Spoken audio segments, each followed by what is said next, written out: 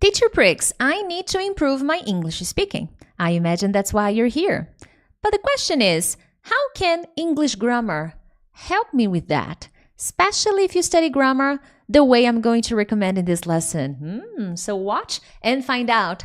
If you don't know me very well, hello, I am Teacher Prix, and I'm going to help you talk to anyone, anywhere, anytime in English. Make sure to subscribe to my channel because here I help a lot of students with weekly videos, all kinds of videos, grammar, vocabulary, listening strategies, reading strategies, so that you become a better and more confident English speaker. So the subject of the video is how to study grammar consistently to improve your English speaking. I imagine that's your ultimate goal, to speak more clearly so that people can understand you, so that you can feel more confident, so that you can have better experiences in life. But that being said, how do you do that? And how can grammar help you, especially if you become consistent with your practice?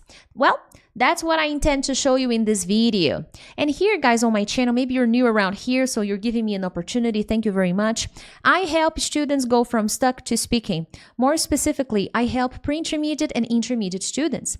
And at this level, if you want to improve, to level up your fluency, it is important to include grammar. So you will never stop studying grammar. It's just the way that you study grammar that will have to change. And consequently, by including grammar the way I'm going to recommend in this lesson, you will be able to fix persistent mistakes that we all make.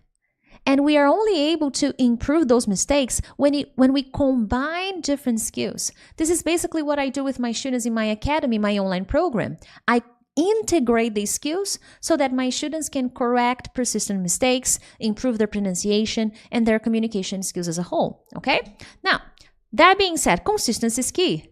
You are not going to achieve anything that you desire in life if you're not consistent. And when it comes to English fluency, the same applies. So if you're not consistent, and I'm going to give you two recommendations here, well, it's actually the same recommendation. I'm not even saying that you should study grammar every day. I'm not even saying that. I'm not saying that you have to do a lot of exercises every day. No, not at all. However, you will need to establish a consistent frequency. And with the changes I'm going to suggest, I think it'll be easier. So you don't need to study grammar every day to build your English speaking skills, but ideally once a week. And I am talking about grammar. I'm not talking about frequency. You should study. So for the purpose of improving your communication, grammar should be studied once a week. Okay? Lots of students ask me for direction. Here I am giving you direction once a week. So this means every time you're going to learn new information or review information related to grammar, you should include this skill once a week. You don't need to go crazy and study every day or study for many hours. We need to be smart with the time we have got, okay? Now, grammar drills, and this is where we get to dive into the way you should be studying. And even though I do these exercises sometimes, I'm not going to be a hypocrite. I sometimes do this exercise. But they are not the main focus of my grammar practice. That's my intention here. So book exercises.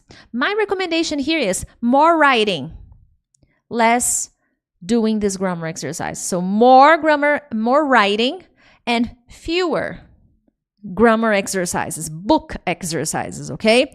And maybe it's too small for you to see. But those typical book exercises that you find in Grammar in Use, Intermediate, Advanced, Basic, all those, like complete the phrases, complete with the conjugations. No, do fewer of them. You don't need to eliminate them completely, but I recommend you eliminate at least 50% of what you typically do of those exercises. I am not saying they don't work. I'm just saying that they work with a style of memorization that I do not enjoy. Because this style of memorization that you do in those grammar drills, they don't require a lot of critical thinking. That is what you need if you want to speak. You need to be able to form your sentences, create phrases, and more importantly, connect this creation, this moment you are exercising your intelligence to connect with something that is actually relevant to your life. That's where you grow. And if you were a teenager once in your life, you probably remember that growing is painful. Sorry, it is what it is. We tend to feel pain when we grow. So this exercise that I recommend you, the writing part, will cause you to grow. It'll expand your mindset. It'll help you better connect the lesson with speaking. But it is going to cause you more pain because it requires more focus. It requires more attention, and it may, in some cases, require more time. Okay? Not talking about hours, but a book exercise. You are so conditioned to the mechanical, or like the automatic, repetition, that you can do a book exercise in like 10 minutes. Because you at some point, your brain is very intelligent. So at some point, your brain identifies the patterns very quickly. So you will tend to finish this practice much faster, okay? Much more quickly. So you go and you complete and choose, and then you're done. And that doesn't help you create. That helps you repeat. And that is very problematic, because when you're having a job interview, you don't have time to check sources. You have to create. And that's why you get stuck, my friend, because you don't teach your brain to create. You teach your brain to copy. My gosh. So change that, okay? And how do you include the writing? Now, to help you improve your English speaking skills, it is important to use the lesson you study. I absolutely believe in this, and I constantly repeat this here on my channel. And what is that supposed to mean? Every time you study or review a grammar point, because don't be fooled, you could be at an advanced level and you will go back to the tenses you learned as a beginner with more information, of course, but grammar will repeat itself throughout your journey. So don't be fooled that, it's a whole new world. Not really, okay? Write examples instead of simply doing grammar drills. And when I mention examples, and this is something that I often correct my students in my academy, when I say examples, I mean something meaningful, not simply Jack likes lemons. Who is Jack? Why are you just like Jack likes lemons? So I use simple present. I made a phrase. Okay, but you need to step up. If you want to level up your English, if you want to go from stuck to speaking, these examples are too basic. You have to step them up. Okay, you have to challenge yourself and think. See why you need to use your critical thinking, analyze information, and then create more complex examples. That is extremely important, and that will require time. Okay, that will require you to think, to use your faculties to really work on your ability to describe things around you, to describe your life, important anecdotes, and so on. Now, this is basically what I ask my students, and I give them feedback when they post simple examples to me, when they just say, I ate a cake yesterday. Really, dude? You have to make something more complex to describe something more meaningful. Okay, well, but teacher, it's true. I ate a piece of cake yesterday. Okay, that's nice. Talk to me a little bit more. I really wanted to have a cup of cake. So a piece of cake, excuse me. I really wanted to have a piece of cake. So I asked my sister to bake me a cake. So she baked the cake, my favorite one. And then yesterday we had it for breakfast together.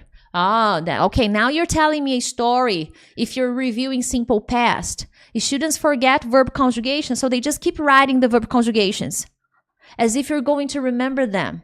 Why don't you connect with life events in your practice by writing, describing things, and then checking the verb conjugations if you want to memorize them?